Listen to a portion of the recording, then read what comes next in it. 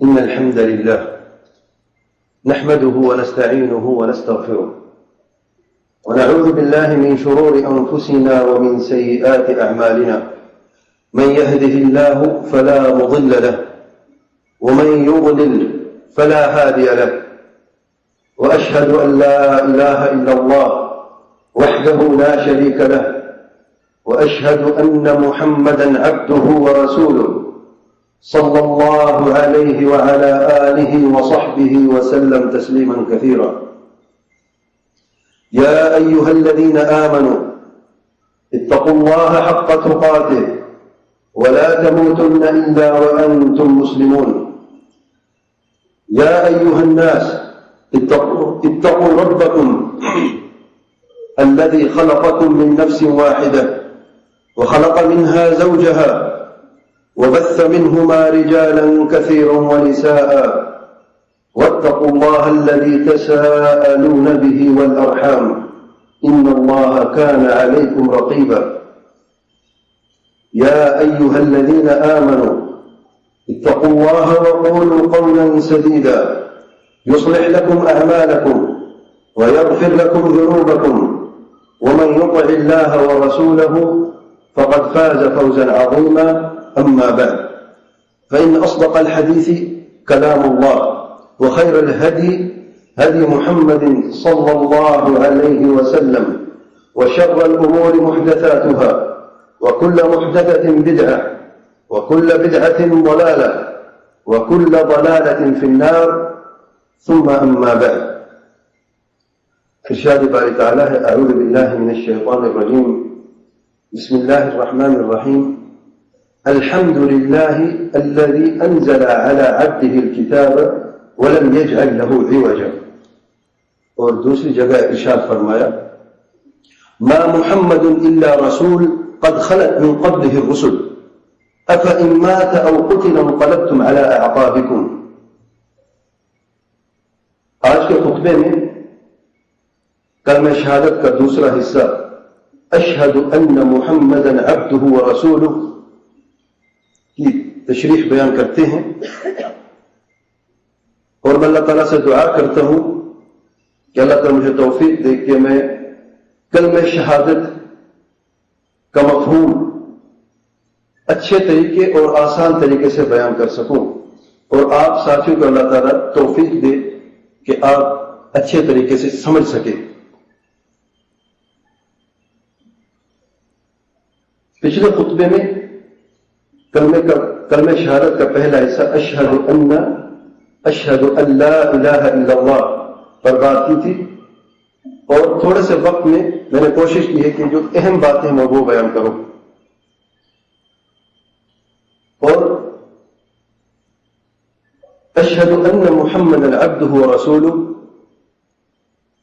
کے متعلق میں آج کے خطبے میں ترجمہ، اس کا معنی، اس کے ارکان، اس کی شرطیں، اس کے تقاضے، اور آخر میں کیا ہم نے کلمہ شہادت کو آج سمجھا ہے یا نہیں۔ اس کا ترجمہ یہ ہے: اشہد ان محمد عبدہ ورسولہ، میں گواہی دیتا ہوں بے شک محمد صلی اللہ علیہ وآلہ وسلم اللہ تعالیٰ کے بندے ہیں اور پیغمبر ہیں۔ دوسرے لفظوں میں، کیونکہ گواہی کا مطلب ہے دل سے یقین اور زبان سے اقرار، دوسرے لفظوں میں معنی یوں بنتا ہے: میں دل سے یقین کرتے ہوئے زبان سے اقرار کرتا ہوں کہ محمد مصطفیٰ صلی اللہ علیہ وآلہ وسلم اللہ تعالیٰ کے بندے ہیں اور اللہ تعالیٰ کے بھیجے ہوئے پیغمبر ہیں، رسول ہیں۔ اس کا معنی یہ ہے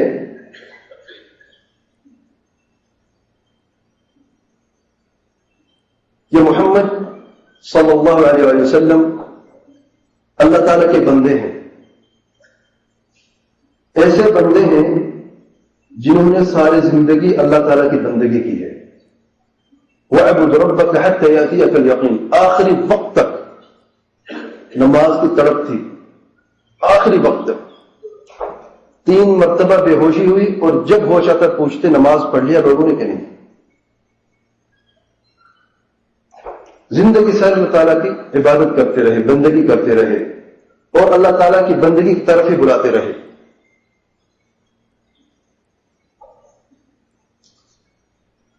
اور ایسے رسول ہیں کہ اللہ تعالیٰ نے جو پیغام بھیجا ہے اس پیغام کو بہترین طریقے سے امانتداری کے ساتھ امت تک پہنچا دیا. تو کوئی ایسا خیر نہیں جو ہمیں ہمارے پیارے نبی صلی اللہ علیہ وسلم نے بیان نہ کیا ہو, اور کوئی ایسا شر نہیں جس سے ہمارے پیارے نبی صلی اللہ علیہ وسلم نے آگاہ نہ کیا ہو.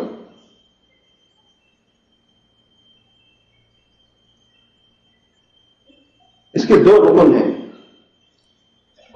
ایک ہے عبودیت کا رکن اور ایک ہے رسالت کا رکن,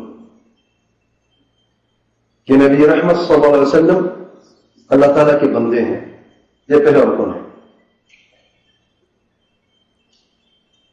اور بندہ ہمیشہ بندگی کرتا ہے, اس کی بندگی نہیں کی جاتی کبھی, کیونکہ عابد اور معبود میں فرق ہے. معبود صرف ایک ہی ذات ہے, جو معبود برحق ہے وہ اللہ تعالیٰ. اس کے سوا کوئی بھی ذات عبادت کے لائق نہیں. تو بندگی عبدہ یہ پہلا رکن ہے, ورسولہ یہ دوسرا رکن ہے کہ اللہ تعالیٰ کے پیغمبر ہیں. اور پیغمبر کبھی جھٹلائے نہیں جاتے. پیغمبر جو کچھ کہتا ہے وہ سچ ہوتا ہے, چاہے دنیا کے لحاظ سے کیوں نہ ہو. پچھلے زمانے میں یا آج کل کے زمانے میں بھی جو سفارت خانے ہیں یہ ان ملکوں کے پیغمبر اور رسول, ہر ملک کے اپنے اپنے پیغام لے کے آتے ہیں. تو جو کچھ یہ کہتے ہیں ان کی بات سچ سمجھی جاتی ہے. کوئی یہ نہیں کہتا نہیں ہم پہلے ملک سے رجوع کریں گے اور وہ یہ دیکھیں گے کہ یہ سفیر سچ کہہ رہا ہے کہ نہیں. تو اس پر عقلاء کا اتفاق ہے, ہر دور میں پیغمبر جو ہوتے ہیں وہ ہمیشہ سچ کہتے ہیں. اور اس لیے اللہ تعالیٰ نے بھی اپنے بندوں میں سے بہترین بندوں کو چنا اور اپنا پیغمبر بنا دیا. عبد و رسولوں کی حکمت کیا ہے؟ اللہ تعالیٰ نے قرآن مجید میں مختلف الفاظوں سے, پیارے الفاظوں سے نبی کریم صلی اللہ علیہ وسلم کی تعریف بیان کی ہے. رحمت للعالمین, السراج المنیر. اور اچھی الفاظوں میں نبی کریم صلی اللہ علیہ وسلم فرمایا انا سید ولد آدم, میں آدم کے بیٹوں کا سردار ہوں. لیکن کلمہ شہادت میں یہ 2 لفظ کیوں اللہ تعالیٰ نے چنے ہیں؟ عبد و رسول ہو کیوں؟ اشہد ان محمد السراج المنیر کیوں نہیں کہتے ہم؟ اشہد ان محمد رحمت للعالمین کیوں نہیں کہتے ہم؟ اس کی حکمت یہ ہے واللہ اعلم کہ نبی رحمت صلی اللہ علیہ وسلم یا کوئی بھی پیغمبر جسے اللہ تعالیٰ بھیجتا ہے, کیونکہ وہ لوگوں میں سے سب سے بہترین ہوتا ہے اور پھر اللہ تعالیٰ کی طرف سے وحی نازل ہوتی ہے, ان کا اخلاق وحی کے ذریعے سے بہترین اخلاق ہوتا ہے, ان کا کردار سب سے اچھا ہوتا ہے, تو لوگوں میں ان کی محبت پیدا ہو جاتی ہے, خاص طور پہ جو ان کے متبعین ہیں. اور جو بدکار نفرت کرتے ہیں وہ اور دور ہو جاتے ہیں, کہ وہ جو حسد اور بغض رکھتے ہیں آپ کی صلاحیت کو دیکھ کے اور دور ہوں گے, ان کا بغض اور جوش مارے گا, ان کی نفرت اور بڑھے گی. لیکن جو آپ سے محبت کرتے ہیں تو آپ سے محبت زیادہ کرنے لگیں گے جتنی بھی آپ کی صلاحیت بڑھتی جائے گی. یہ انسان کی نیچر ہے, عجیب سی نیچر ہے انسان کی. تو اللہ تعالیٰ نے کلمہ شہادت میں پہلے سے آگاہ کر دیا. یاد رکھنا میرا پیارا نبی محمد صلی اللہ علیہ وسلم بندے ہیں, عبد ہیں. کہیں محبت میں ان کو ان کے مقام سے کہیں اونچا نہ کر دینا, کہیں غلو نہ کر لینا. تو عبد ہیں, عبودیت کے حدود کے اندر ہی رکھنا, یہ محبت کا تقاضا ہے. اور جو دوسرا فریق ہے جو ماننے کے لیے تیار نہیں، یا اگر مانتا ہے تو اپنی عقل کے مطابق مانتا ہے، تو یاد رکھیں اللہ تعالیٰ کے رسول ہیں اور پیغمبر ہیں، اور رسول کی بات کو مانا جاتا ہے۔ تو اس میں 2 یا 3 بڑے گروہوں کا رد ہے ان 2 لفظوں میں، عبدہ و رسولہ کے لفظ میں۔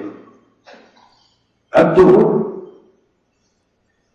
ان لوگوں کے لیے رد ہے جو نبی کریم صلی اللہ علیہ وسلم پر یہ عقیدہ رکھتے ہیں کہ وہ مشکل کشا حاجت روا ہے، علم غیر مطلق کا مالک ہے، ان کو اللہ تعالیٰ نے کن فیکون عطا فرمایا ہے، ہر مصیبت میں مدد کرتے ہیں۔ جب کلمہ شہادت پڑھتا ہے اشہد ان محمد عبدہ ورسولہ، تو کیا وہ بھول جاتا ہے؟ زبان سے تو میں یہ اقرار کر رہا ہوں کہ محمد صلی اللہ علیہ وسلم اللہ تعالیٰ کے بندے ہیں، اور بندگی کی اپنی حدود ہوتی ہے، اور جو بندے ہیں وہ بندگی کے لائق نہیں ہوتے، وہ مشکل کشا نہیں ہوتے، کیونکہ جو بندے وہ خود محتاج ہیں اپنے رب کا، اپنے خالق کا، اپنے مالک کا، خود محتاج ہے، اور جو خود محتاج ہے اور ضعیف ہے وہ کسی اور کے لیے مشکل کشا کیسے بن سکتا ہے؟ تو اسی لیے سبحان اللہ دیکھیں عبد کا لفظ استعمال کیا، اگرچہ ان سے اچھے بہت سارے الفاظ موجود ہیں، لیکن اللہ تعالیٰ نے اسی لفظ کو چنا ہے۔ جب تک آپ یہ یقین نہیں رکھتے کہ محمد صلی اللہ علیہ وسلم اللہ تعالیٰ کے بندے ہیں، آپ کا کلمہ شہادت پورا نہیں ہے، اور اللہ تعالیٰ کے یہاں قابل قبول بھی نہیں ہے۔ اور رسول کے لفظ میں 2 بڑے گروہوں کا رد ہے۔ نمبر 1 جو منکرین حدیث ہیں، جو حدیث کا انکار کرتے ہیں، زبان سے تو کلمہ پڑھتے ہیں، وہ بھی یہی کہتے ہیں اشہد ان لا الہ الا اللہ واشہد ان محمدا عبدہ ورسولہ، یہی پڑھتے ہیں، لیکن حدیث نبی صلی اللہ علیہ وسلم کا انکار کرتے ہیں۔ وہ کہتے ہیں کہ صرف قرآن موجود ہے، قرآن پر عمل کیجیے، حدیث کا وجود ہی نہیں۔ کیوں؟ وجہ کیا ہے؟ کیونکہ حدیث میں ملاوٹ ہو چکی ہے، ضعیف بھی ہے صحیح بھی ہے، تو ہمیں پتہ نہیں چل سکتا صحیح اور ضعیف کون سی ہے، تو ہم چھوڑ ہی دیتے ہیں۔ صرف قرآن ہے، قرآن پر عمل کریں، یہ کافی ہے تمہارے لیے۔ یہ شیطان کا عجیب سا وسوسہ ہے، یہ عجیب سی چال ہے شیطان کی۔ نبی کریم صلی اللہ علیہ وسلم جو وحی لے کے آئے ہیں وہ 2 قسم کی ہے، ایک تو قرآن مجید ہے اور دوسری صحیح حدیث۔ صحیح حدیث بھی اللہ تعالیٰ کی طرف سے وحی ہے، وما ينطق عن الهوى ان هو الا وحی یوحى۔ نبی کریم صلی اللہ علیہ وسلم اپنی طرف سے کوئی بات نہیں کرتے، جو بات بھی کرتے ہیں شریعت کے تعلق سے، دین کے تعلق سے، وہ اللہ تعالیٰ کی طرف سے وحی ہوتی ہے۔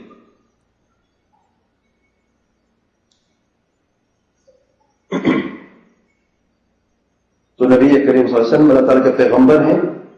جو لوگ انکار کرتے ہیں حدیث کا، تو حقیقتاً نبی کریم صلی اللہ علیہ وسلم کی رسالت کا انکار کرتے ہیں۔ ادھوری وحی پر تو ان کا ایمان ہے، دوسری وحی پر ان کا ایمان نہیں۔ اور سورۃ نساء نمبر 103 میں اللہ تعالیٰ فرماتے ہیں وَأَنزَلَ اللَّهُ عَلَيْكَ الْكِتَابَ وَالْحِكْمَةَ، اللہ تعالیٰ نے تجھ پر کتاب یعنی قرآن اور حکمت یعنی حدیث نبوی سنت اتارا ہے، نازل فرمایا ہے۔ آپ تفسیر کو کوئی کتاب بھی دیکھ لیں نظم جماعت کے علماء کی، تو کتاب جب ذکر ہوتا ہے حکمت کے ساتھ، تو کتاب قرآن مجید ہے اور حکمت حدیث رسول صلی اللہ علیہ وسلم ہے۔ تو یہ وحی ہے جو نازل نبی کریم صلی اللہ علیہ وسلم پر۔ اگر زبان سے عبد و رسول کا اقرار کرتے ہو تو تمہیں دل سے بھی یقین کرنا چاہیے کہ جو پیغام لے کے آئے ہیں اس پیغام کے سامنے اپنے سر کو خم کر دیں۔ اس کا مطلب ہرگز نہیں ہے کہ ضعیف حدیث پر عمل کرتے رہو، نہیں۔ اللہ تعالیٰ نے ایسے لوگوں کو پیدا کیا ہے علماء میں سے اس امت میں جنہوں نے حدیث نبی صلی اللہ علیہ وسلم کی حفاظت کی ہے، حق اور باطل کو الگ الگ کر دیا، صحیح اور ضعیف کو الگ الگ کر دیا، سچ اور جھوٹ کو الگ الگ کر دیا۔ آج کتابیں موجود ہیں، آج تک اللہ تعالیٰ نے ان کتابوں کی حفاظت کی، آج بھی موجود ہیں۔ اس امت میں کتنی اتار آئے، دشمنوں کو کتنی غلبہ ہوا، کتنی ذلت اور رسوائی کا سامنا کرنا پڑا، اس کے باوجود بھی اللہ تعالیٰ نے اپنے دین کی حفاظت کی۔ تو کیا کرنا چاہیے؟ صرف علماء کا رجوع کر کے جو صحیح حدیث ہے اسے عمل کرنا چاہیے اور جو ضعیف اسے چھوڑ دینا چاہیے۔ آج سونے میں ملاوٹ ہو چکی ہے۔ کوئی ایسا شخص ہے جو سونا نہیں خریدتا دنیا میں؟ کیوں سونا خریدتے ہیں؟ میں لوگوں سے سوال کرتا ہوں جو منکرین حدیث ہیں، پھر سونا کیوں خریدتے ہیں؟ ملاوٹ تو سونے میں بھی موجود ہے، دھوکہ تو سونے کے اندر بھی آ چکا ہے۔ تو سونا خریدتے وقت آپ اس جوہری کی طرف جاتے جسے سمجھ ہے کہ یہ سونا ہے یا سونا نہیں ہے، یا اس میں ملاوٹ ہے۔ اس کا اپنا ایک انداز ہوتا ہے، اس کے پاس ایسا علم ہوتا ہے جو وہ دیکھ کے یا کوئی ٹیسٹ کر کے پتہ چل جاتا ہے کہ خالص سونا ہے کہ نہیں۔ تو کیا آپ کیا سمجھتے ہیں؟ اللہ تعالیٰ نے اس عام سونے کے لیے جو دنیا کا ایک قیمتی چیز سمجھی جاتی ہے، اس کے لیے تو خاص علم لوگوں کے اندر اللہ تعالیٰ نے لوگوں کو اس علم سے نوازا ہے، اور اپنے دین کے لیے اللہ تعالیٰ نے کوئی ایسے علماء پیدا نہیں کیے جو اللہ تعالیٰ کے دین کی حفاظت کر سکے، حق اور باطل کو الگ الگ کر سکے۔ سبحان اللہ۔ اور جو دوسرا گروہ ہے اندھی تقلید کرنے والے، زبان سے تو پڑھتے ہیں اشہد ان محمد عبدہ ورسولہ، اور جب وہ رسولہ کہتے ہیں تو اب ان پر فرض ہو گیا کہ جو کچھ رسول لے کے آئے اب اس پہ عمل کرنا چاہیے، اس کی تصدیق کرنا چاہیے۔ لیکن یہ دیکھا جاتا ہے کہ یہ حدیث تو ہم جانتے ہیں، یہ فرمان ہے نبی کریم صلی اللہ علیہ وسلم کا، لیکن ہمارا امام کا یہ قول ہے اور ہم اپنے امام کی بات کو سنتے ہیں۔ امام نے بھی تو بہت ساری حدیث پڑھی ہیں، تو ہمارے امام نے اس حدیث کو کیوں نہیں لیا؟ اگر انہوں نے نہیں اس پہ عمل کیا تو ہم بھی اس پہ عمل نہیں کرتے۔ سبحان اللہ۔ کیا امام معصوم ہے؟ کیا امام کو اللہ تعالیٰ نے سارا کا سارا علم عطا فرما دیا؟ سب سے بڑے امام انبیاء علیہ السلام کے بعد سیدنا ابوبکر صدیق ہے، ان کے بعد سیدنا عمر ہے، پھر سیدنا عثمان، پھر سیدنا علی رضی اللہ عنہم اجمعین۔ کیا ان کو سب حدیث کا علم تھا؟ وہ ہر حدیث کو جانتے تھے؟ لاکھوں حدیث موجود ہیں، کوئی شخص بھی آ کے کہہ سکتا ہے کہ سیدنا ابوبکر صدیق کو ساری کی ساری حدیث آتی تھی؟ سبحان اللہ۔ صحیح بخاری میں ایک بوڑھی عورت آتی ہے اور سوال کرتی ہے کہ دادی کا کیا حق ہے ورثے میں، اسے ابوبکر صدیق خاموش۔ فرماتے نہ تو قرآن مجید میں موجود ہے اور نہ میرے پاس کوئی حدیث رسول ہے۔ یہ کون فرما رہے ہیں؟ سیدنا ابوبکر صدیق رضی اللہ عنہ، جنہوں نے ساری زندگی نبی صلی اللہ علیہ وسلم کے ساتھ گزاری ہے، جاہلیت میں بھی اور اسلام میں بھی زندگی ساری کا ساتھ ہے، کیونکہ ایک حدیث نہیں، علم نہیں تھا اس حدیث کا۔ اس بوڑھے کو حکم دیتے ہیں کہ کل آنا، میں صحابہ کرام سے پوچھوں گا، اگر کسی کے پاس کوئی حدیث ہے، کوئی علم ہے تو مجھے بتائے۔ تو ایک صحابی نے گواہی دی کہ چھٹا حصہ دیا ہے نبی کریم صلی اللہ علیہ وسلم نے دادی کو۔ سیدنا ابوبکر صدیق نے اسی پر فتویٰ دیا اور اس عورت کو چھٹا حصہ دے دیا۔ سیدنا ابوبکر صدیق کو اگر ہر حدیث کا علم نہیں، ان کے بعد وہ کون سے امام ہیں جن کے جو معصوم ہیں، جن کے پاس ساری کی ساری حدیث کا علم ہے؟ یہ بہتان ہے۔ امام اس سے بری ہیں، امام ابو حنیفہ رحمۃ اللہ علیہ، امام مالک، امام شافعی، امام احمد بن حنبل رحمۃ اللہ اجمعین ان سے بری ہیں۔ جو لوگ اندھی تقلید کرتے ہیں ان سے بری ہیں، ان کے تو واضح الفاظ ہیں، اذا صح الحدیث فهو مذهبی، اگر حدیث صحیح ثابت ہو جائے تو میرا مذہب وہی حدیث ہے، میرے قول کو چھوڑ دینا۔ لیکن چھوڑنے والے تو ہیں نہیں، صرف امام کا قول پر عمل ہی کرنا ہے، کچھ بھی ہو جائے، یہ اندھی تقلید ہے۔ اگر واقعی تم اشہد ان محمد عبدہ ورسولہ زبان سے کہتے ہو اور دل سے بھی یقین ہے، تو جو فرمان نبی کریم صلی اللہ علیہ وسلم کے اس پہ سرخم کر کے اس کو تسلیم کرنا ہے۔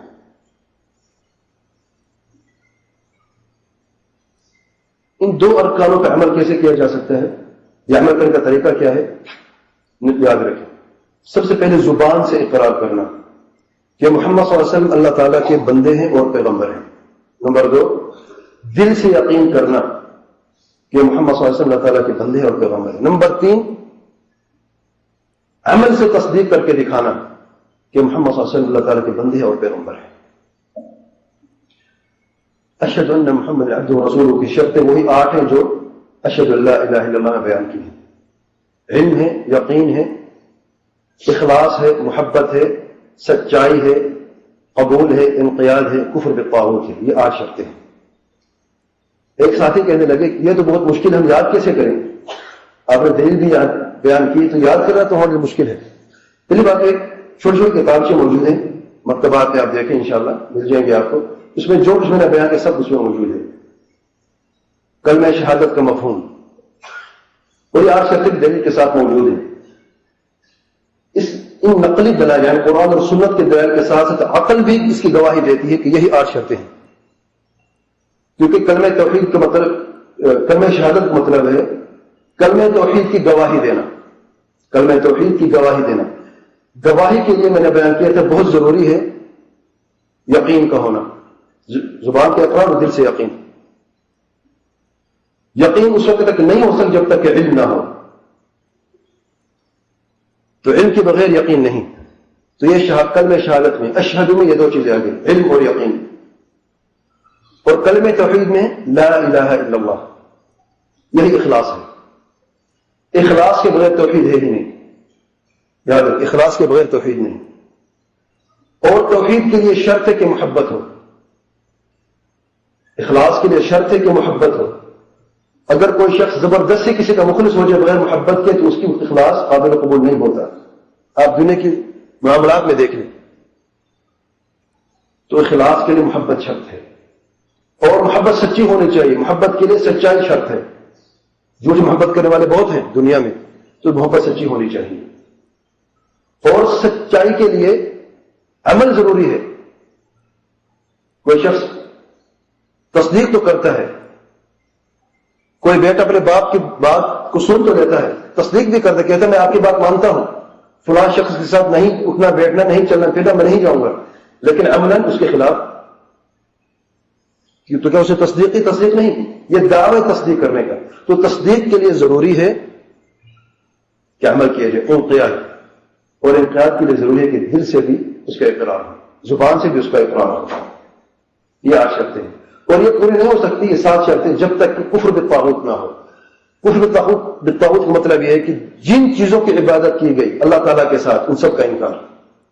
جن چیزوں کا مطلب ہے کوئی بھی چیز کسی دور میں بھی کسی زمانے میں بھی جب سے اللہ تعالیٰ اس کائنات کو پیدا کیا تا قیامت جس چیز کی عبادت کی جائے گی اللہ تعالیٰ کے ساتھ اس کا انکار ہے۔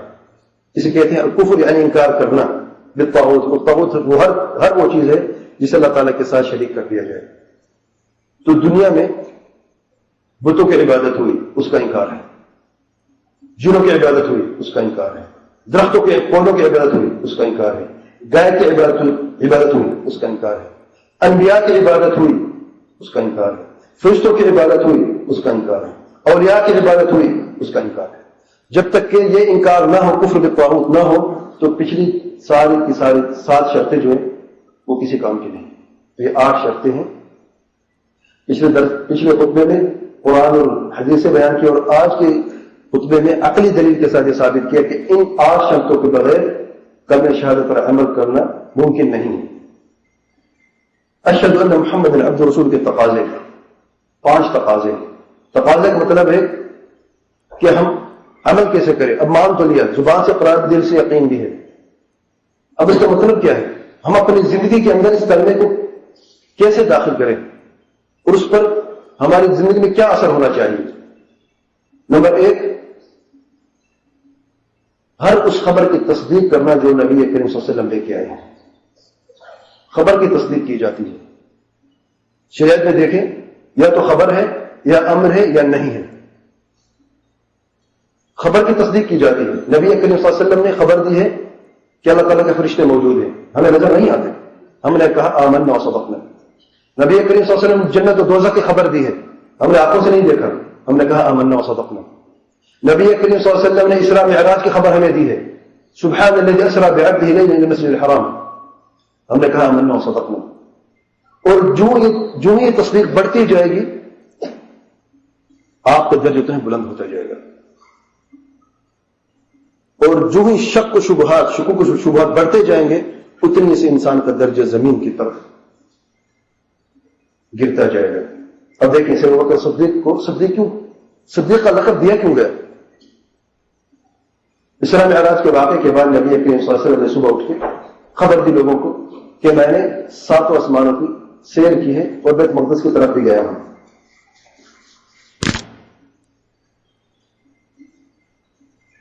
تو لوگ 3 حصوں میں تقسیم ہو گئے. بعض لوگوں نے جھٹلا دیا، ابو جہل ابو لہب جیسے کافر سارے تھے. بعض جو نئے مسلمان ہوئے تو بیچارے شک میں پڑ گئے. اور بعض ایسے لوگ ہیں جنہوں نے یقین کر لیا. ابو جہل بھاگتا ہوا ابو بکر صدیق کی طرف گیا. اے ابو بکر، اب پتہ چلتا ہے کہ تیری عقل کتنی ہے، تیری عقل میں کتنا دم ہے، کبھی پتہ چلتا ہے. تیرا ساتھی کہتا ہے کہ وہ ایک ہی رات میں بیت المقدس کی طرف سفر بھی کر کے آیا ہے اور 7 آسمانوں کو سیر بھی کر کے آیا ہے، کہ اس سے بڑا کوئی جھوٹ ہے؟ ابو بکر صدیق رضی اللہ عنہ صرف ایک جملہ 2 لفظوں میں بات ختم کر دیتے ہیں، ان قالوا فقد صدق. اگر یہ میرے پیارے نبی صلی اللہ علیہ وسلم کا فرمان ہے تو سچے ہیں. یہاں پر عقل ہماری کام نہیں کرتی، یہاں پر ایمان ہے. آپ کی عقل مانے یا نہ مانے، جو کچھ ہمارے پیارے نبی صلی اللہ علیہ وسلم دے کے گئے ہیں وہی ہمارا ایمان ہے، شک کی گنجائش نہیں. تو آج تک ہم جب بھی نام لیتے ہیں ابو بکر صدیق کہتے ہیں. ہر مشکل وقت میں ساتھ دیا، ہر خبر کی تصدیق کی ہے، شیطان کے وسوسے سے قریب ہی نہیں آنے دیا، اپنے عقل کے بت کو اپنے قریب آنے نہیں دیا. سبحان اللہ. تو خبر کی تصدیق کی جاتی ہے. امر نمبر 2، امر جو حکم ہے اس کی تعمیل کی جاتی ہے، اس پہ عمل کیا جاتا ہے. وَأَقِيمُوا الصَّلَاةَ حکم ہے، ہم نماز قائم کرتے ہیں. وَآتُوا الزَّكَاةَ زکات دو، ہم زکات دیتے ہیں. وَاعْبُدُوا اللَّهَ اللہ تعالیٰ کی عبادت کرو، شرک نہ کرو، ہم اللہ تعالیٰ کی عبادت کرتے ہیں. تو جو امر ہے اس کی تعمیل کی جاتی ہے. نمبر 3 جو نہیں ہے اسے ترک کر دیا جاتا ہے، اسے چھوڑ دیا جاتا ہے. وَلَا تُشْرِكُوا بِهِ شَيْئًا شرک نہیں کرتے. وَلَا تَقْرَبُوا الزِّنَا زنا کے قریب نہ جانا، زنا نہیں کرتے. وَلَا يَغْتَبْ بَعْضُكُمْ بَعْضًا اور ایک دوسرے کی غیبت نہ کرنا، غیبت نہیں کرتے. تو جو نہیں ہے جس سے منع فرمایا نبی کریم صلی اللہ علیہ وسلم نے تو اسے ترک کرنا، یہ تقاضے ہیں. نمبر 4 أَلَّا يُعْبَدُ إِلَّا اللَّهُ اللہ تعالیٰ کے سوا کسی کی عبادت نہ کی جائے. کیوں؟ کیونکہ اشہد ان محمد عبدہ رسول سے پہلے ہے اشہد ان لا الہ الا اللہ. جب تک آپ پہلے پہ عمل نہیں کریں گے آپ دوسرے حصے پہ عمل نہیں کر سکتے، کیونکہ دوسرے حصے تکمیل ہے پہلے حصے کی. اور یہ دونوں جو ہیں حالانکہ 2 حصے ہیں لیکن یہ ایک رکن سمجھا جاتا ہے، 2 رکن نہیں ہیں، الگ الگ نہیں ہیں، یہ ایک ہی رکن ہے. ارکان اسلام جو 5 ہیں ان سے جو پہلا رکن ہے اشہد ان لا الہ الا اللہ واشہد ان محمد عبدہ ورسولہ، یہ 2. لیکن ایک رکن اسے سمجھا گیا ہے کہ یہ ایک دوسرے کی تکمیل کرتے ہیں.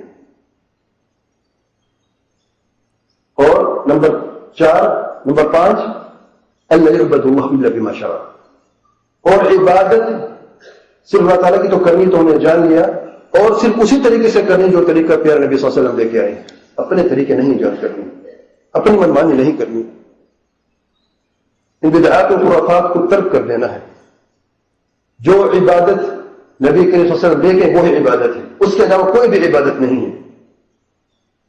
اور نمبر 6 نبی کریم صلی اللہ علیہ وسلم کا قول کو ہر کسی کے قول کے آگے کرنا. کوئی بھی ہو، آپ کا والد کیوں نہ ہو، آپ کا استاد کیوں نہ ہو، آپ کا امام کیوں نہ ہو، بادشاہ وقت کیوں نہ ہو، کوئی بھی انسان ہو، کوئی بھی مخلوق ہو، ان سب سے اوپر اور سب سے اعلیٰ سب سے آگے نبی اکرم صلی اللہ علیہ وسلم کا قول ہے. یہ تقاضا ہے اشہد ان محمد عبدہ ورسولہ. اقول ما تسمعون واستغفر الله العظيم الجليل لي ولكم ولسائر المسلمين من كل ذنب فاستغفروه انه هو الغفور الرحيم.